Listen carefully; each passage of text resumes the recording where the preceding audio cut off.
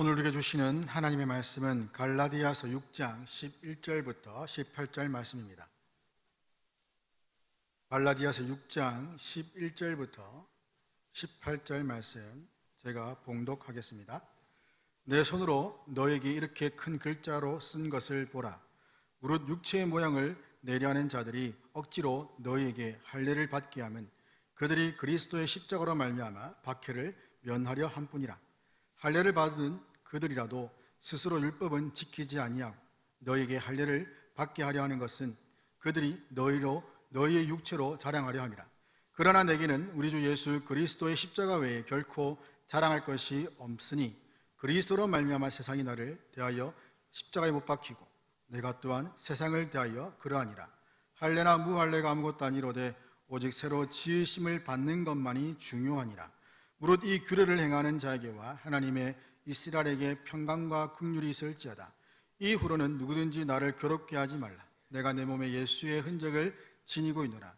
형제들아, 우리 주 예수 그리스도의 은혜가 너희 심령에 있을지어다. 아멘.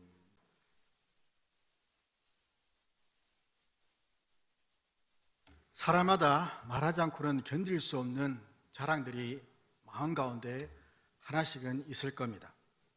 자신의 화려했던 과거, 또 많은 재물, 또 잘난 외모, 학벌, 사회적 지위 등이 있고, 또한 소유하고 있는 값비싼 물건들, 또 넓은 집, 또 외제 자동차, 박식한 지식, 이러한 것들이 자기 자랑이 되어서 다른 이들에게 말하고 싶은 그런 마음들이 있다는 겁니다.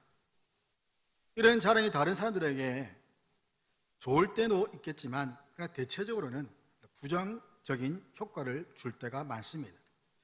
게다가 이런 자기 자랑은 하나님보다 자신을 높이고 또 그릇된 가치를 쫓게 하고 거룩한 은혜를 고갈시키고 또한 공동체를 오염시킵니다. 내가 자랑을 하면 다른 사람들은 그 자랑을 듣고 같이 기뻐해 주는 것이 아니라 그 자랑을 듣고 다시 그 사람도 자기의 자랑을 가지고 똑같이 그 사람에게 자랑을 합니다. 이렇게 자랑을 서로 주고받다 보면 서로 하나 되고 화목하고 아름다운 관계가 되는 것이 아니라 거기에 시기가 나오게 되고 분쟁이 나오게 되고 언쟁이 나오게 됩니다. 이처럼 자기 자랑은 긍정적인 면보다는 부정적인 면이 더 많은 것을 우리는 알 수가 있습니다. 그래서 그리스도인으로서 가져야 할 그 관심, 또 해야 할 자랑, 이것이 무엇인지를 바르게 알아야 됩니다. 이 자랑이라는 것이 관심이 어디에 집중되어 있느냐, 그것에서부터 시작이 되기 때문입니다. 그래서 그리스도인의 관심은 무엇으로부터 시작되느냐, 바로 그리스도와 그분의 십자가입니다. 본문에서 바울은 그리스도인에게 십자가가 어떤 의미인지를 알려주는데, 먼저는 십자가는 죄를 깨닫게 합니다. 12절 보면 육체의 모양을 내려는 자들이 있다. 여기서 육체의 모양을 내다, 이것은 얼굴을 좋게 예쁘게 꾸미는 것, 또 외관상 좋게 보이려고 하는 그것을 의미하는데, 여기에서 말하는 육체의 모양은 바로 13절 나오는 할례를 말합니다. 할례를 통해서 형식적이고 또 외적인 그런 거칠에 신경을 쓰고 그런 것만 자랑거리로 일삼는 그것을 표현하고 있습니다. 유대주의자들은 세상의 인정을 받는 것, 그리고 자신들이 꾸미는 그 외모, 또 외형적인 그러한 것들에 연연을 했습니다. 그들은 마음의 동기 또는 성품의 내적 변화, 이러한 것들이 아니라 형식과 행동에 주로 관심을 가지고 초점을 맞추었습니다. 하지만 그리스도의 복음은 바깥으로부터 우리 안으로 들어와서 우리의 내면을 변화시킨 다음에 다시 바깥으로 나가게 하는 것, 이것이 복음입니다. 복음은 안으로부터의 변화입니다. 그리고 바깥으로 나타나는 것이죠. 내면의 새로운 변화를 일으키고 새로운 동기를 갖게 하고, 그럴 때 비로소 행동으로 이어지게 됩니다. 이런 내면의 변화가 없는 외적인 행동 변화, 이것은 세상에서 가르치는 것과 별반 차이가 없습니다. 스트레스를 많이 받는 사람들이 있죠. 요즘 스트레스를 많이 받지 않습니까? 그래서 그것을 해결하기 위해서 지금은 잘 모르겠지만 예전에 보면 그 스트레스를 풀 수 있는 어떤 공간을 만들어서 망치로 이렇게 책상을 부순다든지 또는 무엇을 집어 던져서 깨트림으로써 안에 쌓여있던 그런 스트레스를 풀게 만드는 것들을 TV나 이런 데서 본 적이 있는데, 그렇게 한다고 해서 그 안에 갇혀있던 스트레스가 완전하게 해소되지는 않습니다. 그때 일시적으로 사라지죠.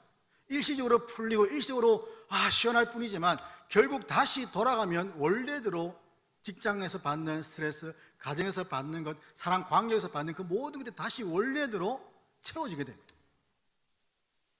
이것을 근본적으로 없애려면 이 스트레스를 다 충분히 품고도 남을 수 있을 만큼의 우리 안에 기쁨, 감사, 평안이 있어야 됩니다.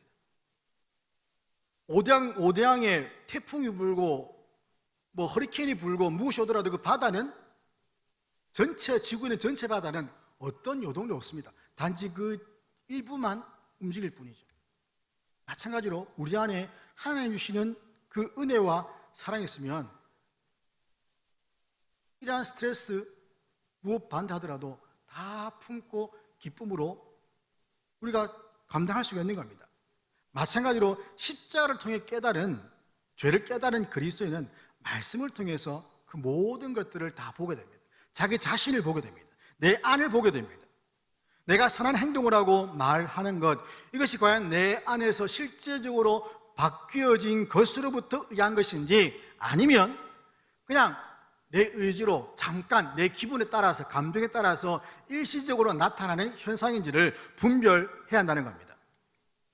실제적인 행동의 변화는 개인의 의지로 잠깐 개선될 가능성은 있습니다. 그래서 내면의 변화가 없을수록 자신의 행위 또 눈에 보여지는 어떤 형식, 이런 것들에 더 초점을 맞추고 더 많이 신경을 쓰게 됩니다.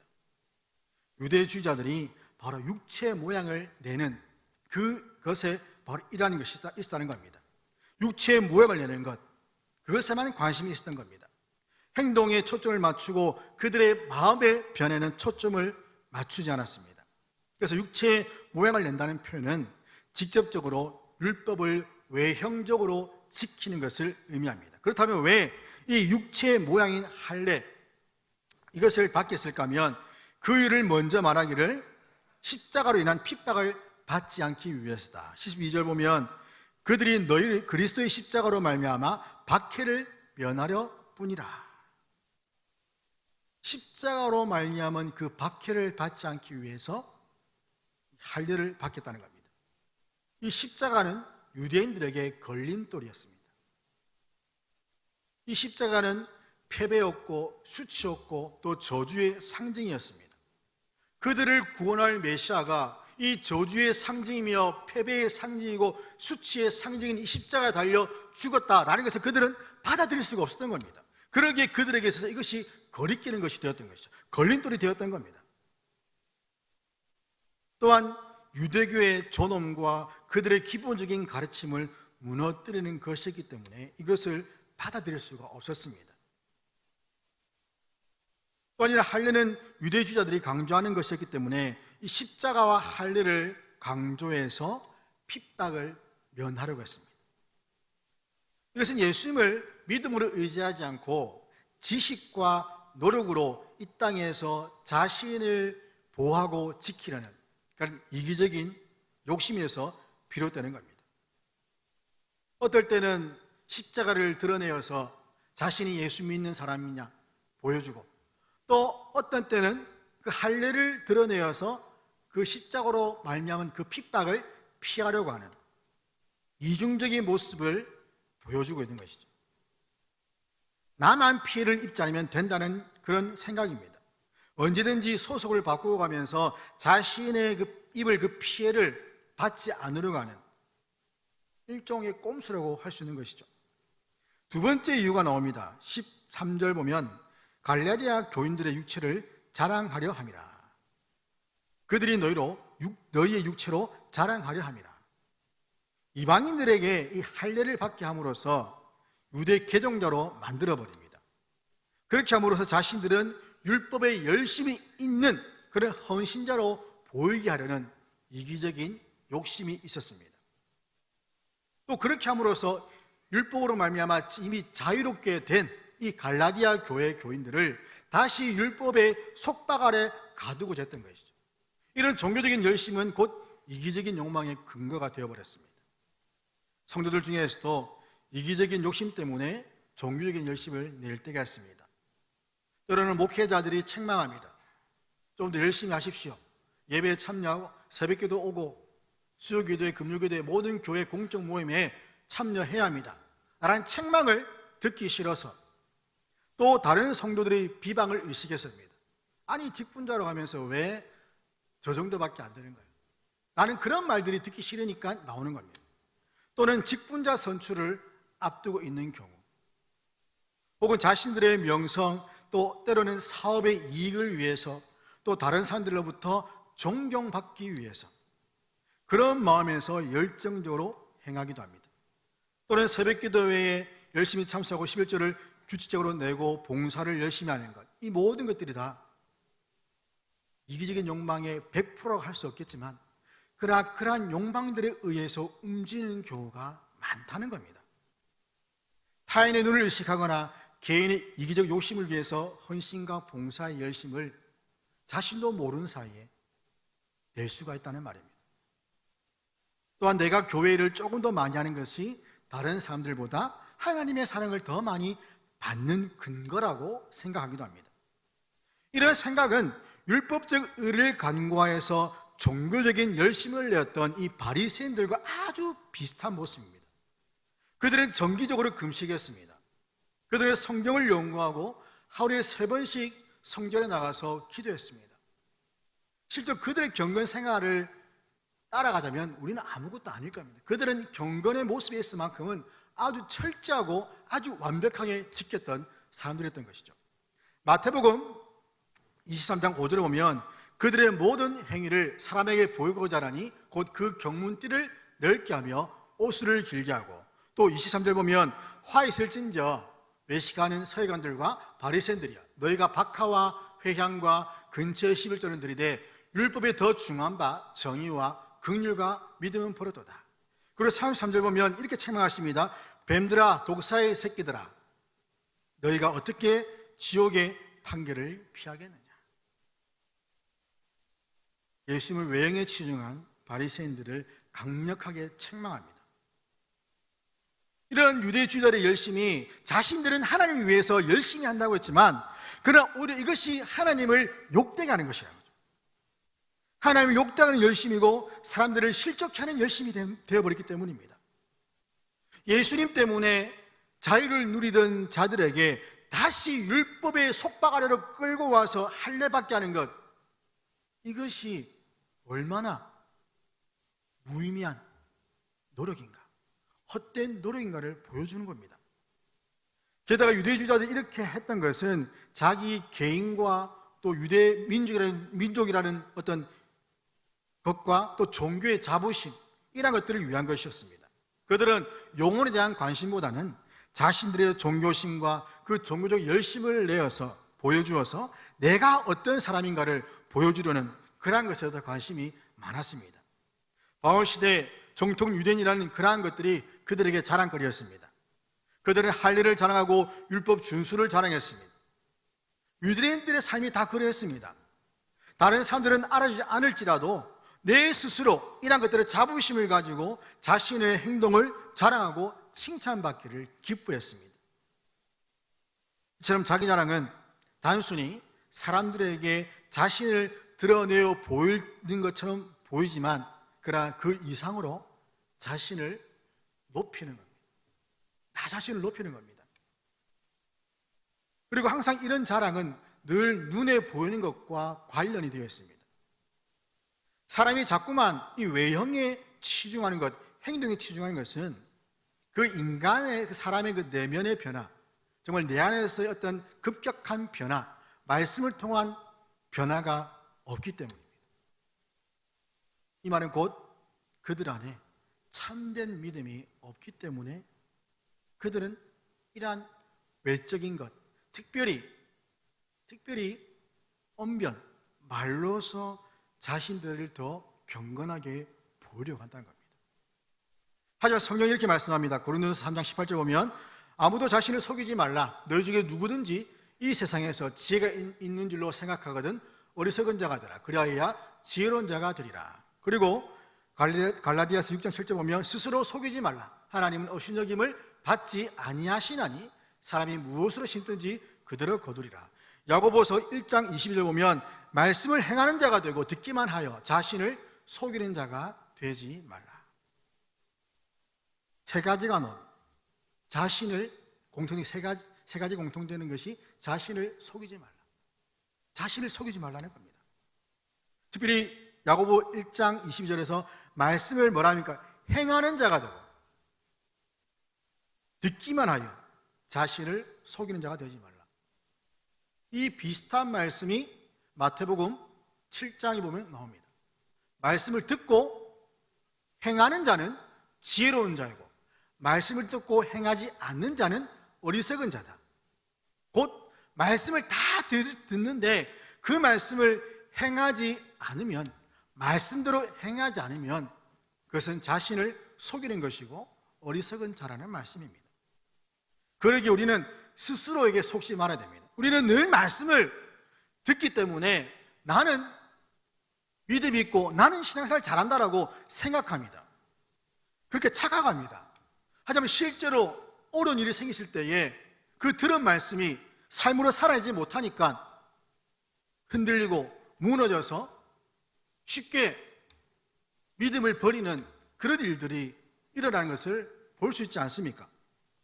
우리는 십자가로 말미암아 죄를 깨닫고 말씀으로 자신의 그 내면의 변화를 경험하여서 정말로 믿음이 있는 사람이 되어야 합니다. 그런 사람은 자신의 비참과 수치를 알기 때문에 자기 자랑이 아니라 예수 그리스도만을 붙잡으려고 합니다. 하나님의 사랑을 알기 때문에 자신을 기꺼이 죄인 중에 괴수라는 그런 고백까지 하게 됩니다. 죄를 지은 다윗은 어떠했습니까? 나달이 책망했을 때에 그는 상한 심령이 되었습니다. 하나님 앞에 보기에 너무나 비참한 자신을 보고 그 죄의 수치를 경험했기 때문에 그 비참한 모습을 보고 상한 심령이 되어서 하나님께 제발 성령을 거두하지 마십시오. 나의 정직한 영을 새롭게 창조해 주십시오 라고 기도했습니다. 이런 기도가 우리의 기도가 되어야 되지 않겠습니까? 육체의 눈에 아름답게 보이는 성공과 명예보다 우리는 믿음의 눈으로 보이는 정직과 사랑과 생명, 이러한 것들을 갈구해야 됩니다.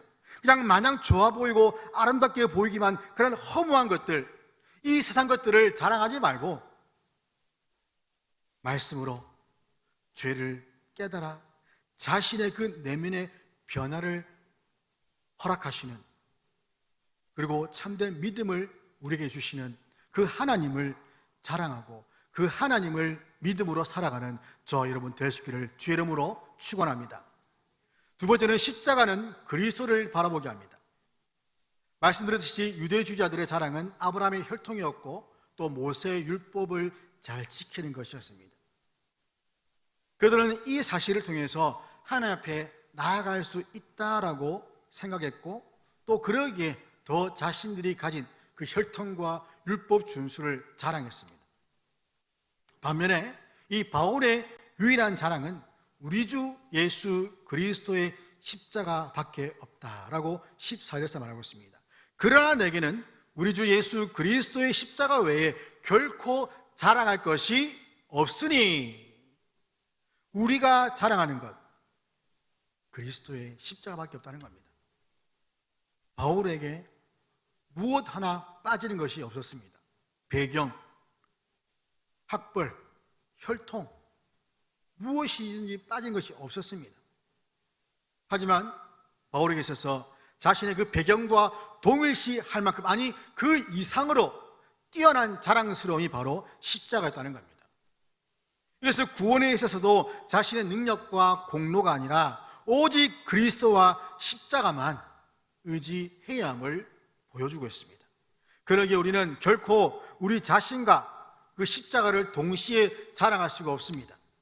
우리 자신을 자랑하는 곳에서는 이 십자가는 아무런 의미가 없습니다. 그러나 반대로 십자가를 자랑하는 곳에서는 우리는 죽게 됩니다. 자기 자랑과 십자가는 함께 할 수 없습니다. 이 십자가는 죄와 죽음에 종된 인간을 구원하러 오신 예수 그리스도를 십자가에 못 박아 죽일 정도의 타락한 그 인간의 잔악함을 잘 보여줍니다. 이 십자가는 인간의 모든 교만함과 잔악함을 아주 완전하게 다 폭로하는 겁니다. 그런 이유로 이 십자가는 자기 자신을 자랑하려는 사람들에게 거리끼는 것이고 또한 미련한 것이라고 성경에서는 말씀합니다. 반면 자신의 무가치를 알고 인정하는 사람들에게는 이 십자가가 하나님의 능력이며 하나님의 지혜라고 고백합니다. 이는 하나님의 구원과 그 심판의 능력이 십자가에서 죽으시고 부활하신 예수 그리스도를 통해서 나타났기 때문입니다. 그렇기 때문에 바울은 이 십자가를 그렇게나 자랑스러워했습니다. 바울은 그리스도와 함께 십자가에 못 박힘으로써 자신의 죽음을 분명하게 선언을 합니다. 그렇게 그리스도의 십자가만 자신의 자랑거리로 삼는다. 그리스도의 십자가 외에 나는 자랑 것이 없다라고 말하는 것이 어떻게 보면 당연한 일입니다. 바울은 자기 죄 사함의 은혜를 이 십자가를 통해서 경험했기 때문입니다. 십자가에서 죽으시고 부활하신 그 예수 그리스도를 만났기 때문에 그는 이러한 고백이 나오는 겁니다. 바울이 십자가 달리신 그리스도께 온전히 복종함으로써 주님의 능력으로 살았고 또 그 십자가의 도를 방어함으로써 사랑의 관건에 의해서 선포하는 삶을 살았습니다. 이것은 우리에게 이 그리스도의 십자가를 자랑한다 라고 말하는 그것만이 중요한 것이 아니라 우리가 십자가를 자랑하고 십자가를 고백한다면 그 자랑과 고백대로 살아가는 것이 중요하다는 것을 가르쳐 주는 것이죠. 그래서 바울은 세상과 자신의 관계를 십자가를 통해 표현합니다. 14절 하반절 보면 그리스도로 말미암아 세상이 나를 대하여 십자가에 못 박히고 내가 또한 세상을 대하여 그러하니라. 내가 세상이 십자가에 못 박혔다. 이 말은 세상과의 단절 또는 완전한 결별을 의미하는 그런 단어인데 이것이 마치 속세를 버리고 산속이나 어떤 수도원이나 이런 정말 세상과 결별해 살 수밖에 없는 어떤 장소적인 이동을 의미하는 것이 아닙니다. 장소적인 이동을 하더라도 그곳에서 세상 것들을 우리가 버릴 수 있을까요? 여전히 우리 마음 가운데 세상의 자랑이 있다면 결코 버릴 수가 없습니다. 장소가 문제가 아니라는 겁니다. 외적의 환경이 문제가 아니라는 겁니다. 그럼 무엇이 문제겠습니까? 이것은 바로 그가 갈라디아서 5장에서 언급한 성령을 따라 살라는 삶, 성령의 소욕을 따라 살라는 그 삶과 육체의 일과 교만의 단절을 의미하는 겁니다. 갈라디아서 5장 16절 보면 내가 이르노니 너는 성령을 따라 행하라. 그리하면 육체 욕심을 이루지 아니하니라. 17절 보면 육체의 소욕은 성령을 거스르고 성령은 육체를 거스르나니 이 둘이 서로 대적함으로 너희가 원하는 것을 하지 못하게 하려 함이라. 육체의 소욕과 성령의 소욕이 서로 대적하고 서로 거스르기 때문에 우리가 원하는 바를 하지 못하게 한다. 이것이 바로 세상에 대해서 십자가에 못 박았다는 의미입니다. 사람은 스스로 세상과 배치되는 삶을 살지 못합니다. 오히려 우리는 성령의 소욕을 거스르는 삶을 살 뿐입니다. 그런데 세상과 그리스도인이 서로를 십자가에 못 박음으로써 이제 그 관계가 완전하게 깨어져 버렸습니다. 더 이상 아무런 관계가 아닙니다. 이제 원수가 된 것이죠. 친구에서 원수가 되어버린 겁니다. 예수님 때문에 세상에 대해 죽었기에 더 이상 우리의 관심은 이 세상, 우리가 살아가는 이 세상에 있는 것이 아닙니다. 세상 것들은 더 이상 그리스도인들이 자랑해야 할 것이 아님을 알고서 이 세상에 소망을 두지 않아야 됩니다. 세상에 대해서 자신이 그 강함을 자랑하기보다 오히려 연약함을 나타내어서 우리는 예수님을 드러내야 합니다. 바울은 항상 자신의 약함을 자랑했습니다. 말씀드렸듯이 바울이 가진 것이 얼마나 많습니까? 그것은 이 세상에서 가장 강력한 무기로 사용할 수가 있습니다. 특별히 로마 시민권이라는 그 시민권을 가졌다는 것 자체가 이것은 큰 힘이었고 권력이었던 거죠. 그러나 그것을 결코 자랑하지 않았고 내세우지 않았습니다. 바울은 오히려 자신의 가진 그것들을 다 내어버리고 십자가를 자랑함으로써 자신의 약함을 자랑했습니다. 약한 것이 강한 그리스도의 능력을 체험하게 하는 진정한 힘이기 때문입니다. 그러나 세상은 사람 스스로가 강하다고 느끼게 만듭니다. 사람 스스로 너 자신이 하나님이 될 수 있다고 말합니다. 너가 하나님이 되어서 너가 기준이 되고 너가 이 세상을 다스리는 왕이 되어야지 라고 여전히 우리의 귀에다가 속삭이는 그 사탄의 소리. 그러기에 세상에 있는 것들을 자랑하는 사람은 결코 굽히지 않고 여전히 자신의 강함을 자랑합니다. 그러나 그리스도인은 그리스도를 바라보고 십자가 앞에 나갑니다. 십자가 앞에 나아가는 사람들은 자신의 모습을 아주 적나라하게 볼 수밖에 없습니다. 그 그리스도의 십자가에 자신의 그 모든 죄가 다 묻어있기 때문입니다. 그러기에 십자가 앞에 나간 사람은 그 십자가를 자랑할 수밖에 없습니다.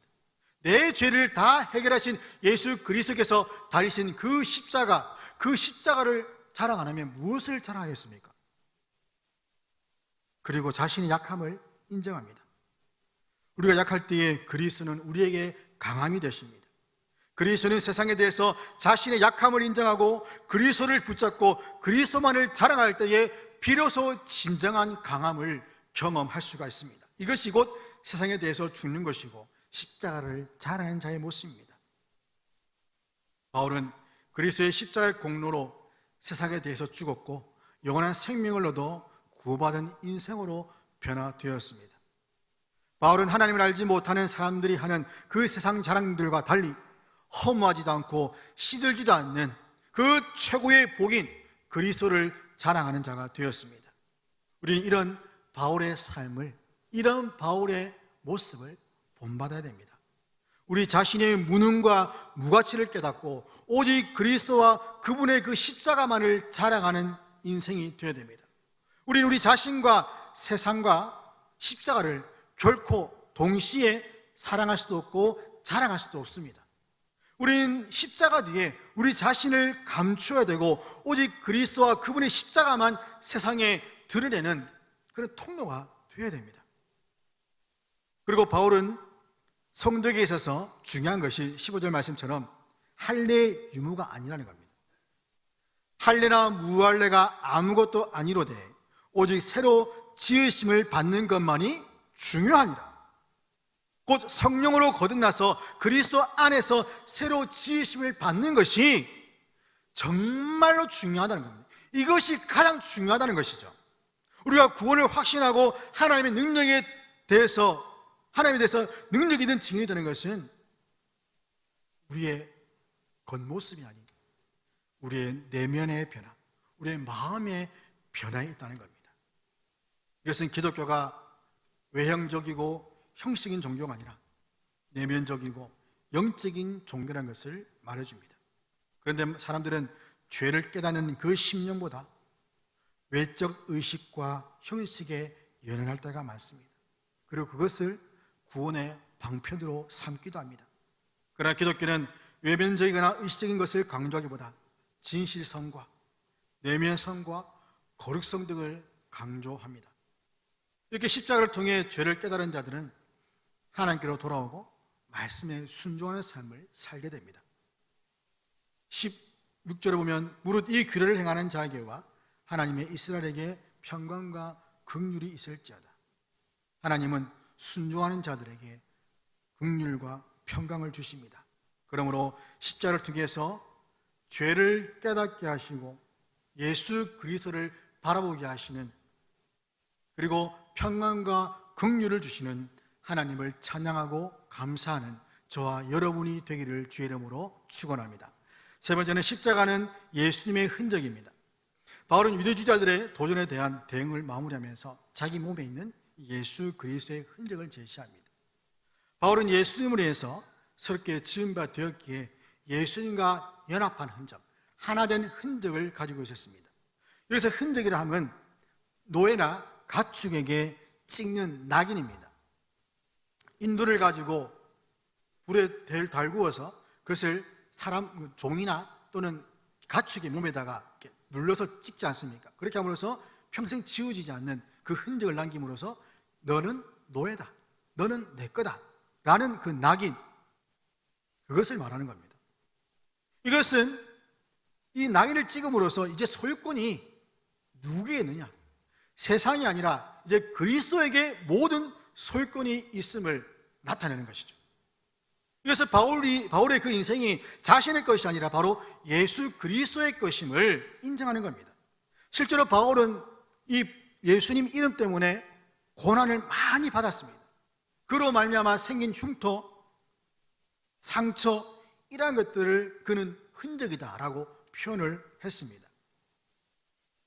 수많은 고난과 핍박에도 불구하고 바울은 예수님의 소유가 되었기에, 예수님께 붙잡힌 바가 되었기에 그는 복음의 도구로 쓰임을 받았습니다. 예수의 흔적은 괴로움과 고난과 고통의 표시일지 모르지만, 그러나 이 예수의 흔적은 예수 그리스도와 연합된, 예수님의 손에 붙잡힌 영광의 증거이기도 합니다.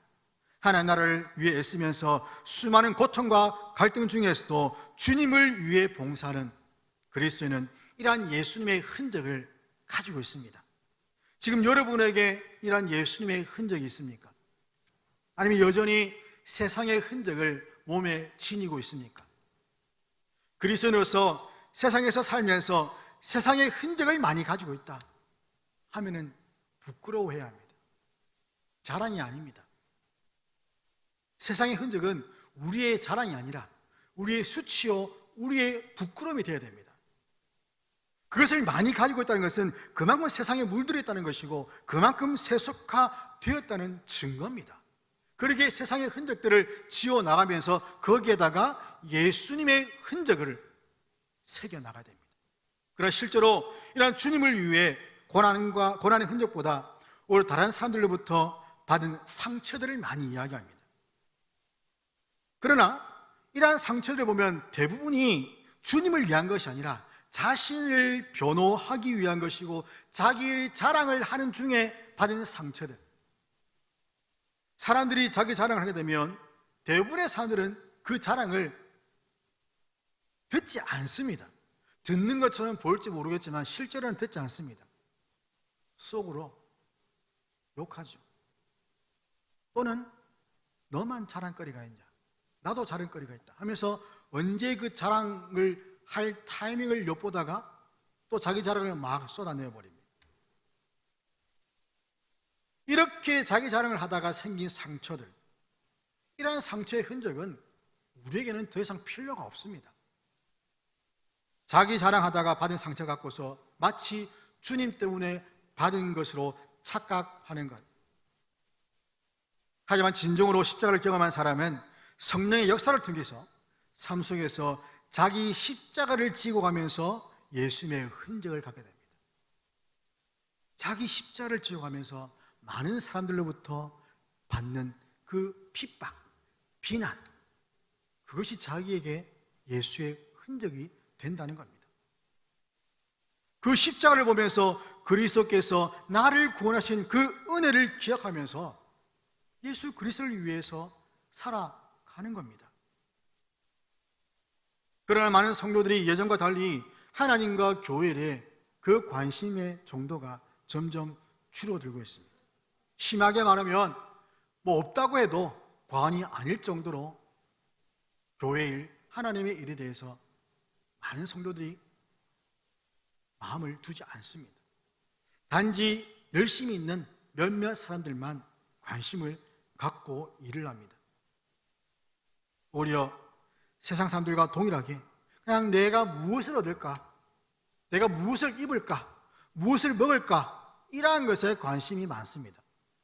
그렇기 때문에 교회에서는 점점 헌신과 섬김과 희생이 사라져갑니다. 아무리 앞에서 헌신하고 잘 섬기고 하십시오 외친다 하더라도 마음이 없는데 앞에서 외친들 그것이 그 마음, 그 귀에 들리겠습니까? 안 들립니다. 시간이 없어 섬기지 못하고, 시간이 없어 배우지 못하고, 시간이 없어 헌신하지 못한다는 말 자세히 들어오면 다 변명이며 다 핑계입니다. 맛있는 밥 먹으러 갈 시간은 있고, 자기 쇼핑할 시간은 있고, 자기 운동할 시간은 있는데 교회에 섬길 시간 없고 말씀 배울 시간 없다는 것 다 거짓말입니다. 마음이 없기 때문이죠. 십자가를 알지 못하기 때문입니다. 그리스도가 관심이 아니고 자랑이 아니기 때문에 그들의 삶에서는 이런 예수님의 흔적을 찾아볼 수가 없는 겁니다. 예수님에 대해 관심이 없고 예수님을 자랑하지 못하는 이유는 이 십자가가 나와 무슨 상관이 있느냐, 그걸 모르기 때문입니다. 왜 예수님이 나를 위해 죽으셨는가? 이것은 지식으로 알기 때문입니다. 내 머리로는 알죠. 내 죄 때문에 죽으셨다. 우리 아들 물어보면 대답 잘합니다. 예수님이 왜 십자가에 죽으셨을까요? 저요. 죄 때문이에요. 그런데 그것이 실제적으로 나에게 얼마나 와 닿냐는 겁니다. 진짜 내 죄 때문에 죽으셨느냐? 진짜 내 죄 때문에 예수님이 죽으셨느냐? 이것을 깨닫지 못하고 이것이 내 삶 속에 와닿지 못한다면 십자가는 나와 아무런 상관이 없는 겁니다. 그러니 죄를 짓거나 법을 어겨도 마음 가운데 찔림도 없고 거리낌이 없는 것이죠. 그리고 죄를 짓는다고 하더라도 하나님이 당장에 벌을 내리시지도 않습니다. 예수님이 죽으심과 부활하심이 나와 아무런 상관이 없는 그냥 성경에 기록된 단 하나의 사건으로만 여기는 거예요. 그러기에 십자가와 내가 무슨 상관이 있느냐? 예수님의 죽으심과 부활이 현재 내 삶과 어떤 연관이 있으며 과연 그것이 내가 이 땅에서 먹고 사는 문제를 해결할 수 있는 그런 해결책이 되느냐? 라고 반문하는 것이겠지요. 그러나 십자가 앞에 서는 자신을 진정으로 죄인임을 인정하고 고백하는 자들에게는 그 그리스도의 십자가가 진정한 은혜가 된다는 겁니다. 진정으로 마음 가운데 십자가를 통해서 보여주시는 그 하나님의 그 사랑이 나에게 와 닿기 때문에 그 십자가라는 말만 들어도, 십자가를 보기만 해도 마음 가운데 울컥함과 동시에 그 하나님의 사랑과 예수 그리스도의 그 은혜가 느껴진다는 겁니다. 그러기에 자기 십자가를 지는 것을 결코 두려워하지 않습니다. 자기 십자가 바로 예수의 흔적입니다. 자기 십자가를 지고 갈 때에 예수 그리스도가 자랑이 됩니다. 예수를 위해서 기꺼이 내 삶에, 내 몸에, 내 평생의 그 커리어에, 내 이력서에, 내 경력에 기꺼이 예수의 흔적이 남기를 소망하는 마음이, 사모하는 마음이 생겨난다는 겁니다. 예수님을 자랑하며 그의 흔적을 지닌 자로 살기를 바라는 그 마음이 풍성하게 일어나게 됩니다. 낙연이 찍힌 가축들은 어디를 가더라도 주인이 누구인지를 알 수 있습니다. 마찬가지로 예수 그리스도의 그 십자가, 그것으로 말미암아 성령께서 인친 자들, 세례받은 자들은 어디를 가더라도 자기 십자가를 지고 가기 때문에, 예수의 흔적이 있기 때문에 구별된 자로 살 수밖에 없습니다. 우리 교단 설립자이신 고 한상동 목사님이 경남 고성군에서 개척교회를 세웠을 때 일이었다고 합니다. 당시 그 마을에 있던 유지들이 이 한 목사님을 몹시 괴롭혔습니다. 어느 날 주일 아침에 설교를 하고 있는데 담장 바깥으로부터 돌이 날라옵니다. 마루까지 돌이 날라옵니다. 여러 곳에서부터 돌이 날라옵니다. 이것이 그날 하루가 아닌 매주일 계속되었다고 합니다. 그러자 한 목사님은 교인들을 방 안쪽으로 앉히게 하고 당신은 그 마루에 담장을 등지고 앉아서 날아오는 돌들을 다 맞았다고 합니다. 꼼짝도 하지 않고 끝까지 그 돌을 맞고 예배를 인도했다고 합니다. 이것이 그리스도와 십자가를 경험한 사람의 모습입니다. 주님은 핍박을 두려워하지 않도록 핍박을 이길 수 있는 힘을 주십니다. 고난을 두려워하지 않도록 고난을 넘길 수 있는 은혜를 주십니다. 우리는 그 하나님의 은혜와 그 하나님의 능력을 기도하면서 간구해야지. 이 고난을 나에게 피하게 해주십시오. 그러면 다시 새로운 고난이 닥치게 됩니다. 그 고난을 이겨낼 수 있는 그 믿음이 우리에게 요구되는 것이지 그 길을 피해가는 것이 요구되는 것이 아니라는 겁니다. 박지영 씨가 작사와 작곡을 한 십자가라는 창이 있습니다. 오늘 우리 집사님이 부르신 그 같은 제목인데 가사는 전혀 다른 곡입니다. 가사의 내용은 이렇습니다. 십자가 십자가 그 위에 나 죽었네. 그 사랑 내 속에 강같이 흐르네. 그의 생명 내 속에, 그의 능력 내 안에, 그의 소망 내 삶에, 나의 삶 주의 것. 가사가 와닿지 않습니까? 이번 주간 제가 이 십자가에 대한 찬양들을 조금 들으면서 이 십자가에 대해서 다시 한 번 더 생각하게 되었습니다. 십자가 그 위에 나는 죽었습니다. 그리고 그 십자가를 통해 보신 그 하나님의 사랑이 내 속에 졸졸졸이 아니라 강같이 흐르고 있습니다. 그 주님의 생명이 내 속에 있고 주님의 그 능력이 내 안에 있고 그를 향한 소망이 내 삶에 있으므로 내 삶은 주님의 것이라는 이 가사. 십자가는 우리의 죄를 깨닫게 합니다. 십자가는 그리스도를 바라보게 합니다. 십자가는 그리스도의 흔적인 자기 십자가를 지게 합니다. 바로 이 십자가 위에서 세상에 대해 죽었고 그리스도에 대해서 살아난 자녀들이 저와 여러분인 줄을 믿으시기를 바랍니다. 그러기에 그분의 생명이 내 안에 있고 그분의 능력이 내 안에 있으며 그분의 소망이 내 삶에 있습니다. 우리는 다 주님의 것입니다. 그러므로 성령으로 충만하여서 자기 십자가를 지고 오직 예수 그리스도를 외치며 복음을 담대하게 선포하여 하나님 아버지를 기쁘시게 하고 영화롭게 하는 저와 여러분 될 수 있기를 주의 이름으로 축원합니다. 기도하겠습니다. 하나님 감사합니다. 정말 십자가 외에 저희들이 무엇을 자랑할 수가 있겠습니까? 우리는 십자가 위에서 죽은 자들입니다. 그리고 예수 그리스도와 함께 다시 살아난 자들입니다. 세상과 죄에 대해서 죽고 그리스도와 의에 대해서 살아난 저희들에게 이 십자가의 생명과 능력과 소망이 있게 하여 주시옵소서. 우리 주 예수 그리스도 이름으로 기도드립니다. 아멘.